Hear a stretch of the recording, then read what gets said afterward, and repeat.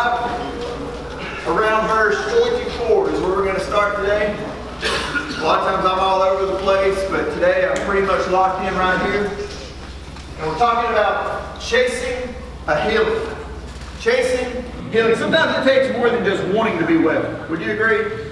All of us, if we don't feel well, it's like, I want to be well. But sometimes it takes a little more than that. Sometimes you have to actually pursue it. Sometimes you have to chase it down and you have to reach for it. But when you do, you will find more than healing.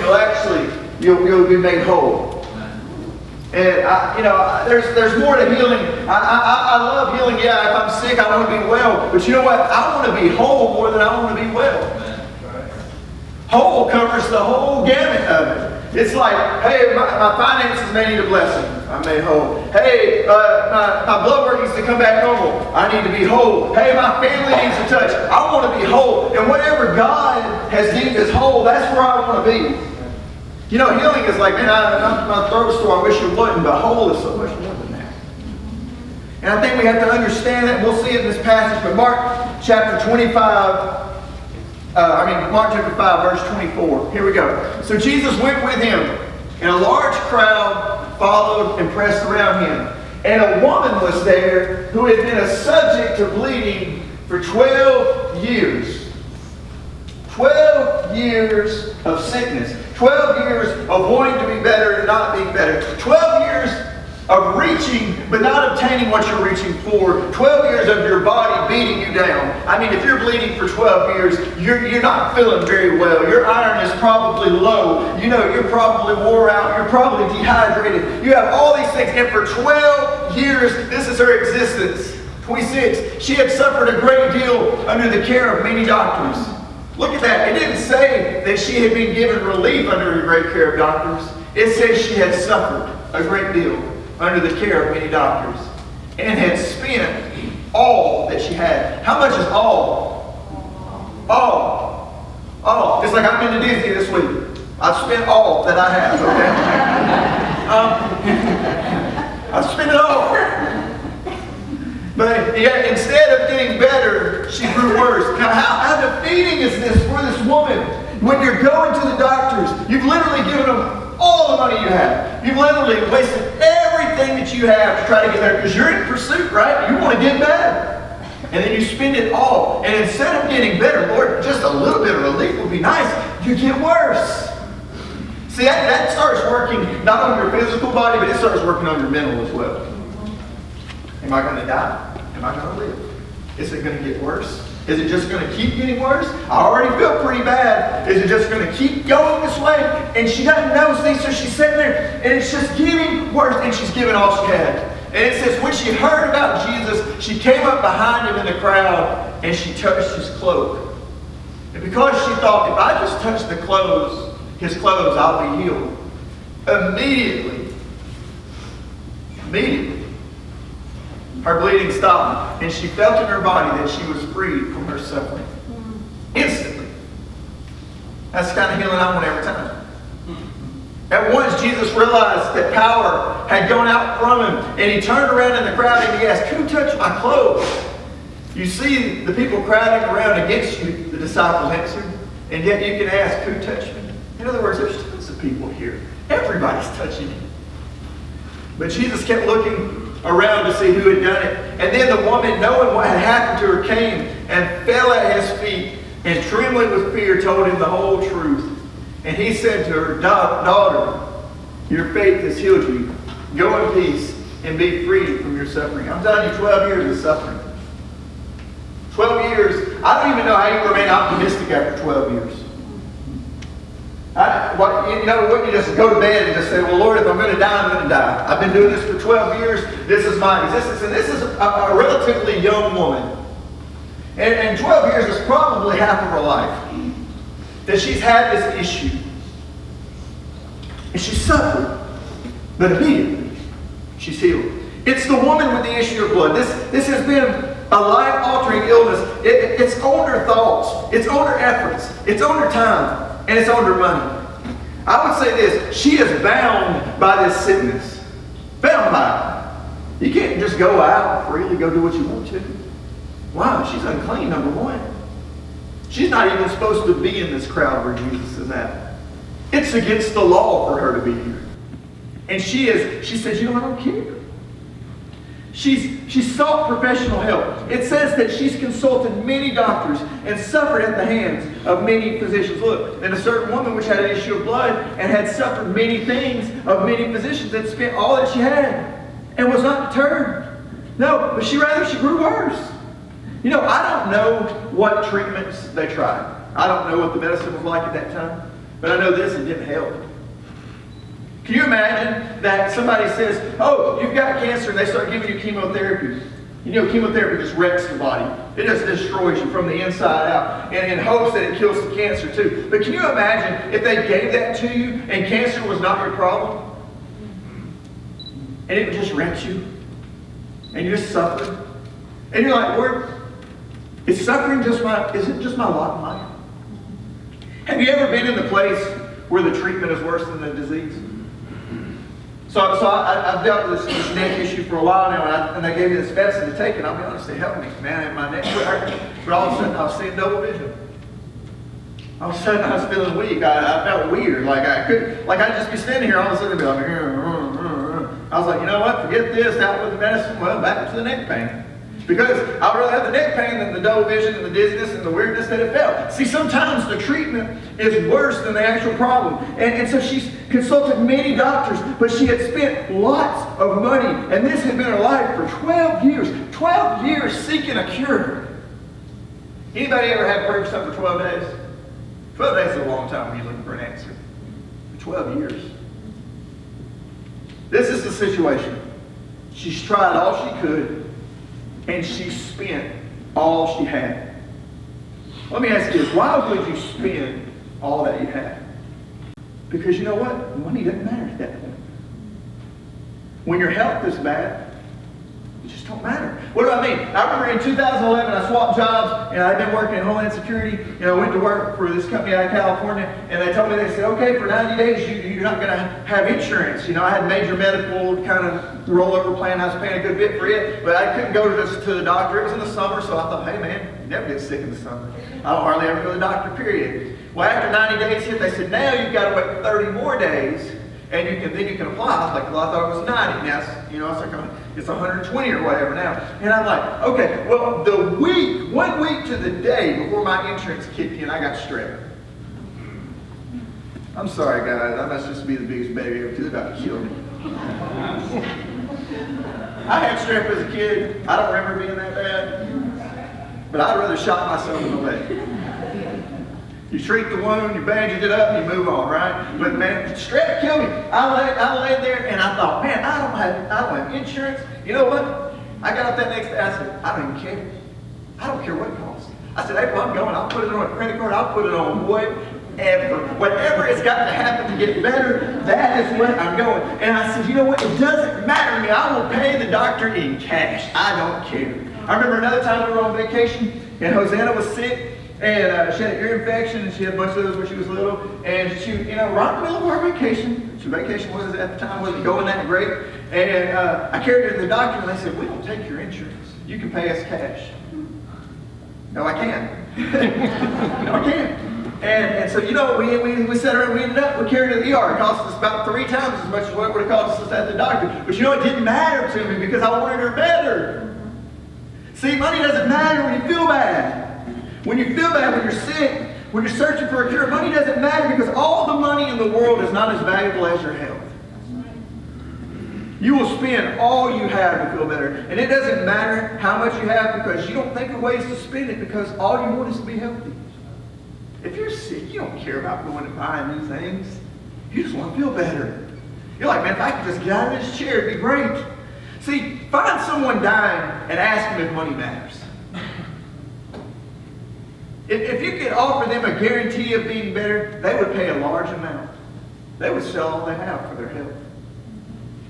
Like if somebody said, Matt, if you'll give us $1 million, you can live. But if not, you're going to die tomorrow. You know what I'd be trying to do? I'd be trying to find $1 million. Because it doesn't matter. Money's not that important when you're sick. How when your kids get sick? Wouldn't you give everything you got? What if they wouldn't get better? What if it'd been 12 years You get desperate. You got to understand, this is a short passage in the Bible, but it's mentioned in 3 of the Gospels. And she's in a desperate situation. This lady has spent all of her money chasing physicians, not believing for a cure, really just hoping for one. If you just get a touch. Well, what I know is that God has given man wisdom that leads to healing, but sometimes man doesn't have the answer. I was feeling good a while back. I went and had all this blood work done.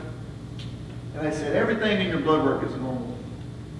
And I said, well, that's good. They said, we're going to sit off for a few more tests. I said, okay. About a week later, I called them back. They said, all those tests come back normal. I said, well, I guess that's good. She said, I guess it's not because you don't really know why you feel the way you feel. And I said, well, I agree. But man has all these wisdom to treat you based on your circumstances, but when it's outside of that, you know what, sometimes they just don't have the answers. And sometimes you have to cast all your cares on Christ and trust Him. Because there are times that man will tell you that they've exhausted all that they can do, or they don't know the problem, much less the solution. So what do? You got to go to God.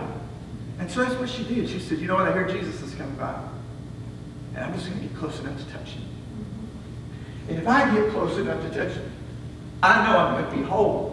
She didn't say, I know I'm going to be healed. She said, I know I'm going to be whole. Everything that's bothering me is going to take place, and I'm going to touch it, and it's going to be well. Let me show you another example of this in the Bible, about the choice of, do I follow Christ, or do I just go with what I believe? Look here, 2 Chronicles 16:12. I got 2 small passages here, but the rest of the time I'll be pretty much in chapter 5. In 2 Chronicles chapter 16, it says, in the 39th year of his reign, Asa was afflicted with a disease in his feet. And though his disease was severe, even in his illness, he did not seek help from the Lord, but only from the physicians. Then in the 41st year of his reign, Asa died and rested with his ancestors. So I'm searching for a healing from the physicians, but I haven't prayed and asked God. And he died. That gives me the indication, had he asked God, maybe he died. See, what do you put your trust in? When your kids get home and they're running a fever, it's the first thing you think, well, we got to get down to that doctor. We got to get down there to him. I want to go down there and get that medicine. Oh, I don't know what's wrong with you. You broke out in the rest. Let's just go to the doctor. And do we just forget to pray and forget to put our hands on our children and say, God, in your mercy, will you show up? And you know what? If he doesn't heal them right then, who knows? Maybe you need to go on to the doctor. But you know what? We can't bypass one to reach the other. I remember one time Elijah come down with a fever. We were over at April's mom's, and April said, I'm just going to pray for him. And I thought, we need to get him to the doctor. In an hour, the fever was gone. I was ready to go to the doctor. I was ready to go. And she says, no, sometimes we just got to go to the Lord. Look, he doesn't go to the Lord, and it cost him his life, so he thought the physicians would be enough. He placed his trust in man, and he forgot about God. And he put more thought in the creation, and he left out the Creator.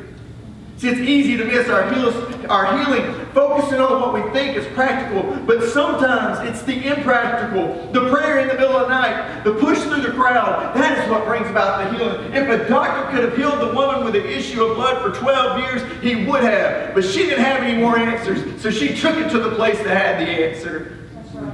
You got to take your problems to the right place. Let me show you an example of that. Isaiah chapter 38, verse 1. In those days, Hezekiah became ill and was at the point of death.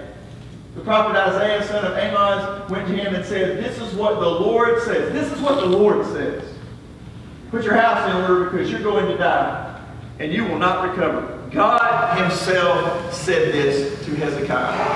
Hezekiah turned his face to the wall and he prayed to the Lord. Remember, Lord, how I've walked before you faithfully and with wholehearted devotion, and have done what is good in your eyes. And Hezekiah wept bitterly. Then the word of the Lord came to Isaiah and said, go and tell Hezekiah, this is what the Lord, the God of your father David says. I have heard your prayers and seen your tears. I'll add 15 years to your life. God himself said, Hezekiah, you're going to die. If God says it, what have we been taught? If God says it, it's going to happen. Get your house in order. You're going to die. If God tells me, Brad, that tomorrow I'm going to die, guess what? April needs to start planning the funeral. If he tells me that, but he says, Hezekiah says, Lord, please.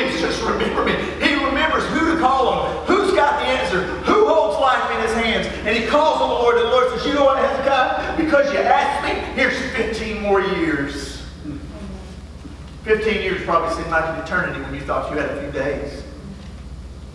You got to call on the right one. You got to get mixed up in the right crowd. You got to fight your way towards your healing. You got to go for it. You got to go get it sometimes. It's not enough to just sit back. Oh, I can be like Asa. I'll just sit back and ask the doctor what he thinks all the way till I'm dead. But you know what? Sometimes you got to call on the Lord, because ever so often these people come up and they say, you know what? I've got stage 4 cancer. They tell me I've got 2 weeks to live. And all of a sudden it's 6 years later and they're still kicking along because God said, no, it's not time yet. Just trust me. But if they didn't ask, I wonder what would happen. Hezekiah recognized where his help come from. And when he faced a certain death, the death that God told him was coming, he prayed for mercy, and God granted him more time. See, it's not over till God says it's over. I don't know what you're praying for, but it's not over till God says it's over. I don't know what you're believing for this morning. I don't know what you need God to do in your life. I don't know what you need Him to do in your job. I don't know what you need to do in your marriage. I don't know what you need Him to do in your house, but I know this, it's not over till He says it's over, but you're going to have to carry it to Him. If you want to manage it, fine. Manage it. But I don't know the cure for cancer, and He does. You know, I don't know the cure for a job that you don't want to get up and go to, but He does. I don't know the cure for a lot of things to your problems in your house, but He does. If I don't want to manage it, fine. But I told you a long time ago, guys, I'm not the captain of any ship. Just let me sit on the back and ride. It's easy for our first response to be, let's go see the doctor. But how about we consult the great physician? Do we really believe that's who He is?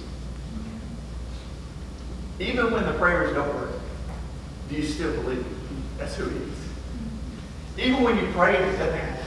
Even when you pray and it doesn't work like you think it's going to work. Even when you've exhausted yourself. You've prayed so many times that you're literally worn out. And you're saying, God, I just want to believe. My grandmother told me this story, and I shared it with you before, I think. But she told me this. She said, I was plagued with headaches.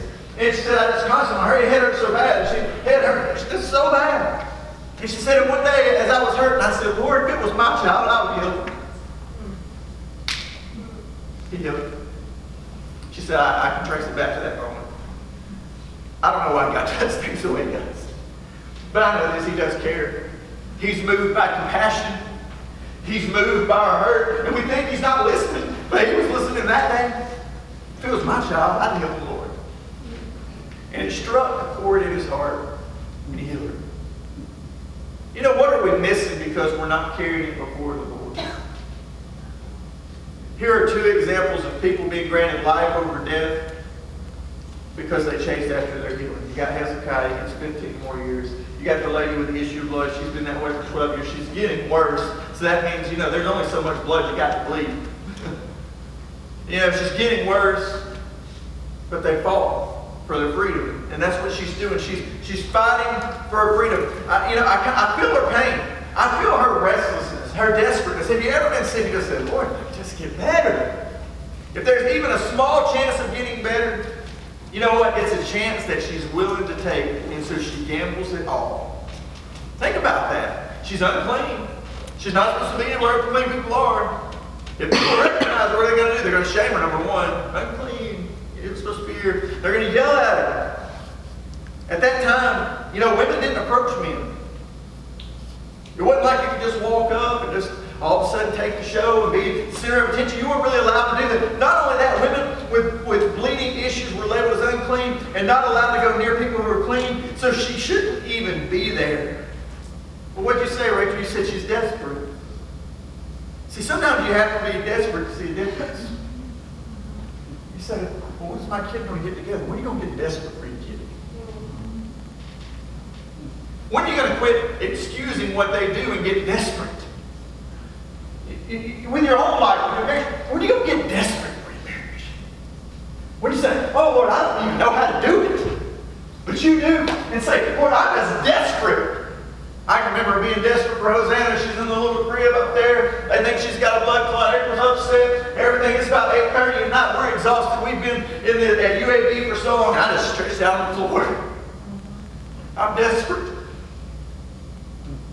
I don't have the answer. I don't have the answer. If the Lord wants to take her or if He wants to heal her, I don't even get to choose. But I just choose you, Lord. So whatever happens, you grant me the peace because I'm desperate. And if I want a difference, I got to be desperate. So this is what she does. She devises a plan. She would approach Jesus, but she would blend in with the crowd, and she would go unnoticed. In her mind, she thought, Jesus won't even know I'm there. But I believe that all I got to do is just touch him and I'm going to be okay. She would enter the crowds of people and simply seek out Jesus. Not talk to him, not to ask him to pray, but her whole plan, she's letting everything ride on this thought that she's simply going to brush the edge of his garment. Can you imagine any greater faith than that? Oh, I'm just going to brush past it. And when I touch him, I think that's going to be enough. I have full confidence that that's what I'm telling you, this woman has tried everything. 12 years, all her money, and now her whole plan is I'm just going to brush against Jesus. She's going to have to fight the crowds and somehow remain unnoticed. Can you imagine all these hundreds of people are gathered around Jesus and she's just weaving her way in? She's pushing to the side. I just got to get close enough to touch him. She's desperate. Gonna have to fight the crowd. Why did she want to go unnoticed? I thought about this. I don't know it to be fact, but I believe this is what it is. Why did she want to go unnoticed?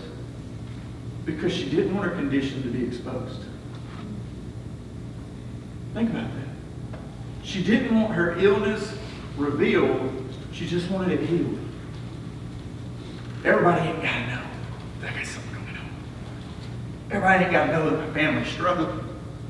Everybody ain't got to know that I've been hurting. Everybody ain't got to know that we got this happening right now. I don't want it exposed. I don't want it revealed. I just want it healed. How often are we the same way? We want to come to Jesus, but we don't want our condition exposed. I don't want to tell everybody, it's unspoken, Pastor. I got unspoken prayer reports. I don't want to tell everybody what's going on. I don't want to tell them that we're dealing with this right now. I just want God to fix it. We don't want him to see us exposed. We just want the remedy for our illness. We don't want him to pry into our dirt. We don't want him to get in our laundry, our dirty laundry. We just want a solution to our problem. And she didn't want to be left exposed in front of him or anyone else. And she thought, I'll just go through the crowd. I'll just inch up to him. I'll touch the hem of his garment. I'll be made whole. She fully believed that. I'll be made whole, and I'll slip on out of the crowd, and he'll never even know I was there.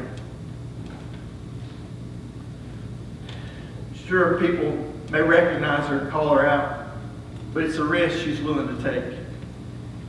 How many of you ever seen the movie Titanic? You didn't think you was going to get that this morning, did you? You remember in the movie Titanic, I remember I like the movie pretty good. It's not like admitting you like the movie The Notebook. It's almost as bad. But I like the movie pretty good. I was pretty young when it came out. I don't know, about 13 or so. And I remember there's this one scene at the very beginning, and they're sitting there and they're playing cards. And it's him and his buddy, and they're playing against two guys who have a ticket to get on the Titanic. And in the beginning, Leonardo DiCaprio is playing cards, and he gambles what little he has for a chance to be on the Titanic and go to America. And he bets it all, and his friend is just freaked out. He's like, what are you doing? And this is what he says. I love this. He says, when you got nothing, you got nothing to lose.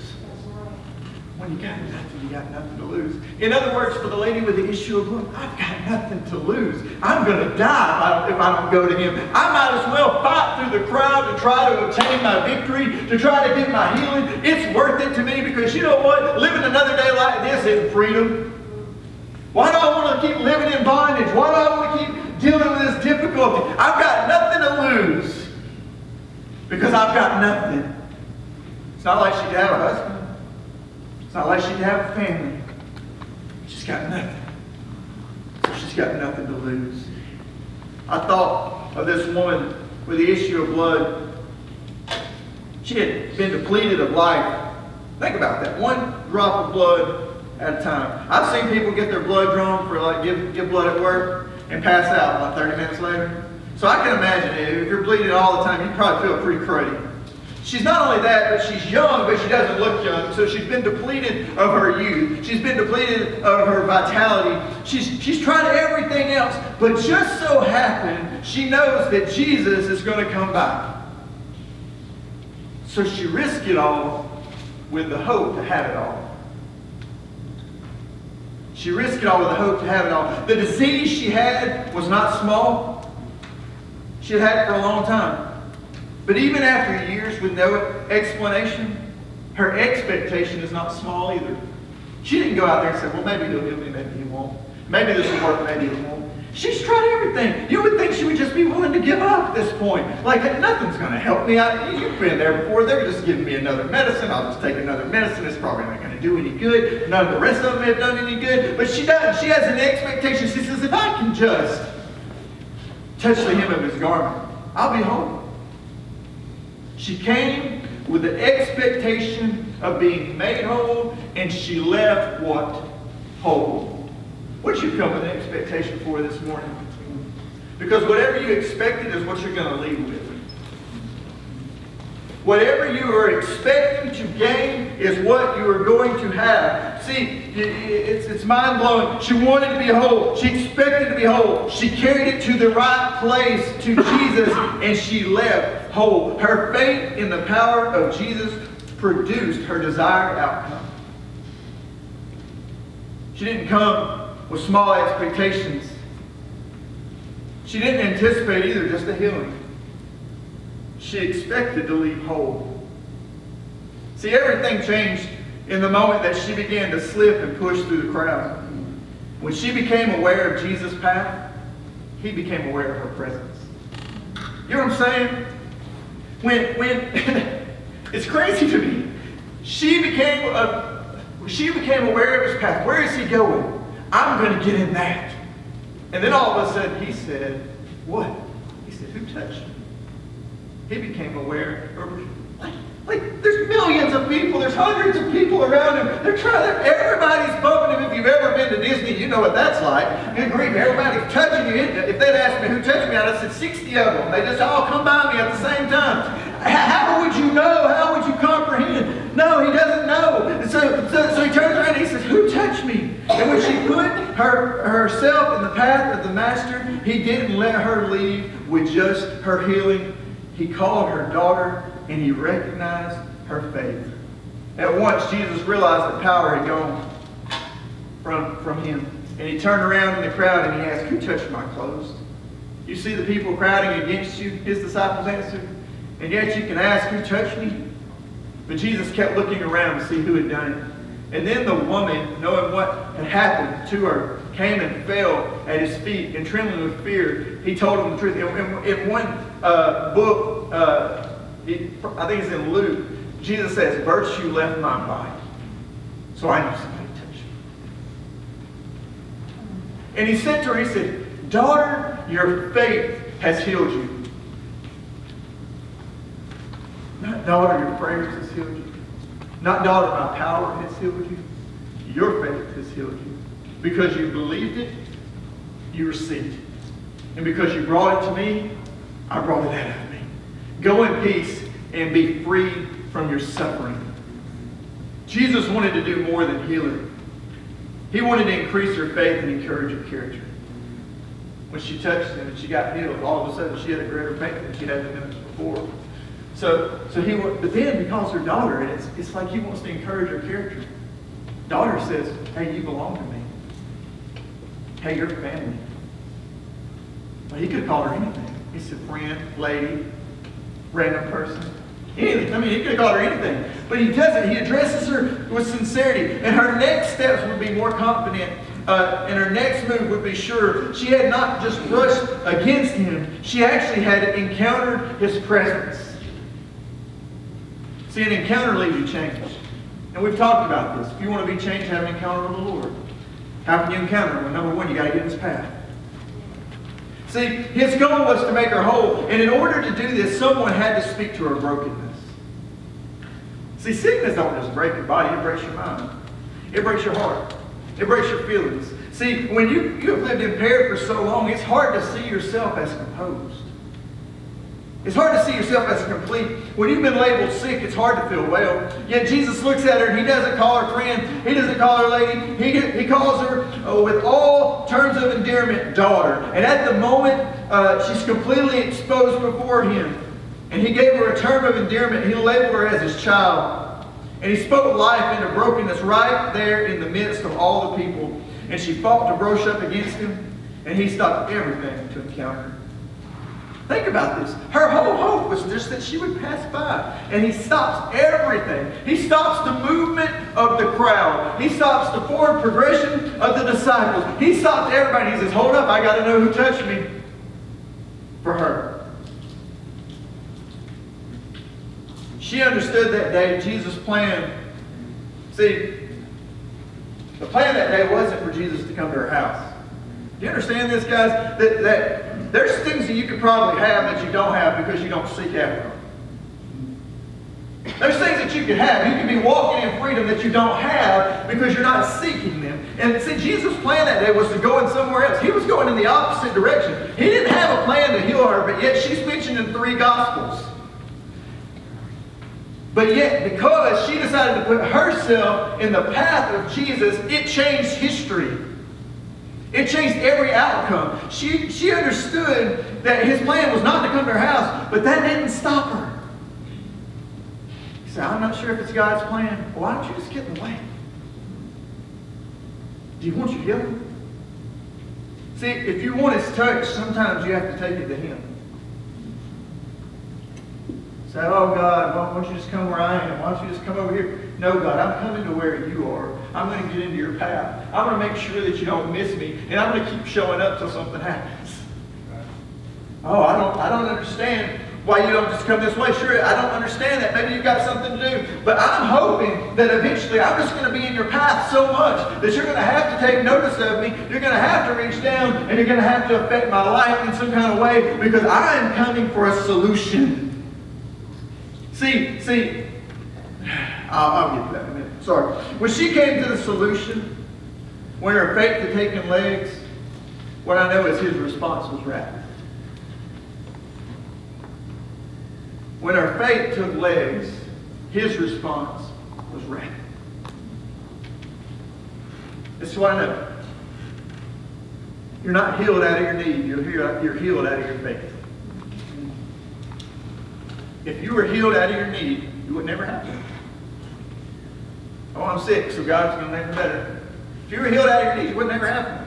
Because we all have needs and we all have things. But it's funny that when she began to move toward that which could heal her, he healed her immediately. And he touched her immediately. In the book of Mark, Mark loves to use the term straightway. It's used here as well, and in 26 other situations throughout the book of Mark. In most cases, it's referencing Christ and him curing people, such as how quick Christ was in the relief of people's suffering. So we see it here, Mark 5:29, and straightway, in other words, immediately, the fountain of her blood was dried up, and she felt in her body that she was healed of the plague. See, there's something chemically happening here. I don't know if you scientists are in here. But when your body's low in iron and it's depleted of the things that it needs in order to make you feel good, just like if your sugar was low or something like that, he had to have changed something in her body other than just stopping the bleeding. He actually would have had to change things on a molecular level where she immediately said, something's different.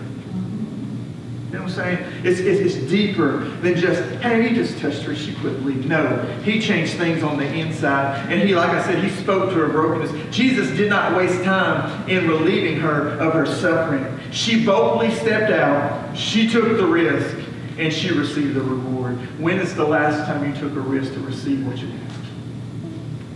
If you said, oh, you know what, Lord, today I'm going to fast my lunch. I'm desperate. Lord, today I'm going to get up earlier and I'm just going to pray. And tomorrow I'm going to get up early and I'm going to pray. And the next day I'm going to get up early and I'm going to pray. And I don't know when it's going to come, but I'm just going to keep praying because I'm desperate and I want a difference. It wasn't her need that healed her, it was her faith. Jesus isn't healing her out of her need. If she did, she'd never been sick. Look at verse 34. And he said to her, daughter, thy faith has made thee whole. Go in peace and be whole of thy plague. Or in other words, be cured of thy suffering. And he gave her more than healing. I love it because it says he gave her peace. And she had chaos. She'd been waiting to be better and not be well. She had fear of death. I'm sure as she constantly grew worse, she wondered how much longer she had. but she was more than healed now. She was whole. And see, whole covers more than the physical ailment. It covers the psychological. It covers the brokenness. Sure, the bleeding had stopped, but you know what had helped stop? Her heartbreak. Her sense of emptiness. See, if you want your healing, Jesus may pass by, but if you want to be whole, you might have to risk it all and push through the crowd. It's a risk to get what you need. It's not that God doesn't want to heal you. It's just that sometimes we've got to march forward. Her faith made her whole. In other words, when she made the step through the crowd with an expectation to brush him and be healed, it was her faith in motion, and God saw it. He recognized it. Healing left his body. It healed her. But if you're going to sit at home in your lazy boy and click through the channels and hope that one day you're going to be better, it's never going to happen. Because faith is in motion. Had she not chased it, this story would have never been told. She'd have probably died. Probably fairly soon. She was growing worse. Jesus wasn't traveling to see her that day, but she traveled to reach him, and she put herself in the pathway of the healer. You know what? I'm getting ready to close out, but what do you have this morning that you need to take to the shadow of the Master? What do you have in your life right now that is bleeding and dying, but it's worth fighting the crowd for? What do you have going on that's just, you know what? You say, I don't even have an answer. I'm just going to go and try to brush up against it. You can brush up against it this morning right here. You can fight through the crowd right here. There probably won't even be a crowd right here. And you can get right here this morning and you can lay it out. You can say, God, I'm just here grasping at your garment and knowing that if I can just brush it, I'll touch it. And what's going to be so awesome is that he's not going to withhold it from you. He's going to turn around and recognize you. What do you have in your life right now? It's worth fighting for. She sought out doctors. She tried all of their advanced methods. But what man could not give her is so interesting. Man couldn't give her in 12 years. Christ gave her in a moment. I don't know what you've been going through. I don't know what you've been fighting against. I don't know what you've been fighting for. But I know this. The only way to get it is to get under his authority. Get those who take shelter in him. Those who abide in the shadow of the Almighty. They get comfort from him. He is the shepherd. The sheep like to get up next to him so they can get under his protection. She said, I'll get into his path. And when she got into his path, she got into her healing. Something that man couldn't give her. Christ gave her in just a moment.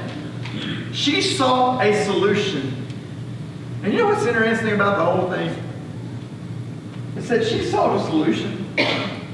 And the solution actually was not the healing, but the healer. And he changed it all. Some men trust in horses. Some men trust in chariots. We're going to trust in the Lord our God. There's so much I don't have answers for. There's so many things that happen, sometimes on a daily basis, that I go, I just don't know. People ask me, why do good people suffer? Why do things happen? Bad things happen to good people. Why do good things happen to bad people? I just look at them, I don't know. I don't know. But what I know is that if I just get where he's at, everything else makes sense. Because even if I can't get my healing, he can sustain me through the process. Yes. Randy, with worship team, would you come this morning? What I'm saying is, you know what? Sometimes you just got to chase your healing. You got to chase it. You got to go get it. You got to be willing to get up and fight when you don't have any get up and fight left. Some days you don't feel good, but that doesn't mean that God is not good. And some days when the answer doesn't come immediately, doesn't mean that God has forgotten you. Sometimes there's just a process. And we don't know why we have to go through the process. But I know this, that when we get in the path of the Master, that he is aware of our presence. It's proof that she had a need. She brought it to him. And immediately he recognized that somebody had touched her. And it wasn't just another one in the crowd. If we look at Hezekiah, God's plan for Hezekiah was for him to die. But in God's great mercy, he granted Hezekiah more life. Doctors can't give you that. Christ can. Let's stand together this morning. Would you give yourself to God for whatever the process is?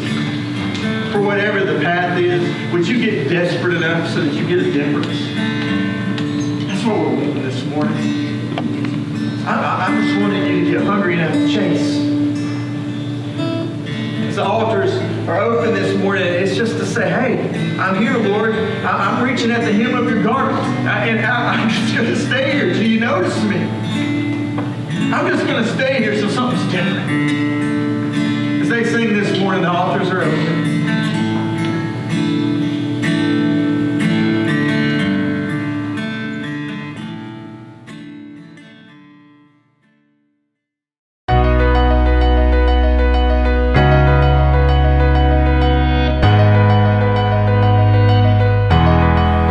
Jeremy here from Cornerstone Fellowship Weaver, part of the media team. We want to thank you for watching. We pray that something you heard today inspires you, encourages you, or most importantly, excites you about digging into God's Word. We're excited what God has planned for your life and for our church. We invite you to join us any Sunday, 10 a.m. for our services, or Wednesday nights at 6:30. God bless. We'll see you soon.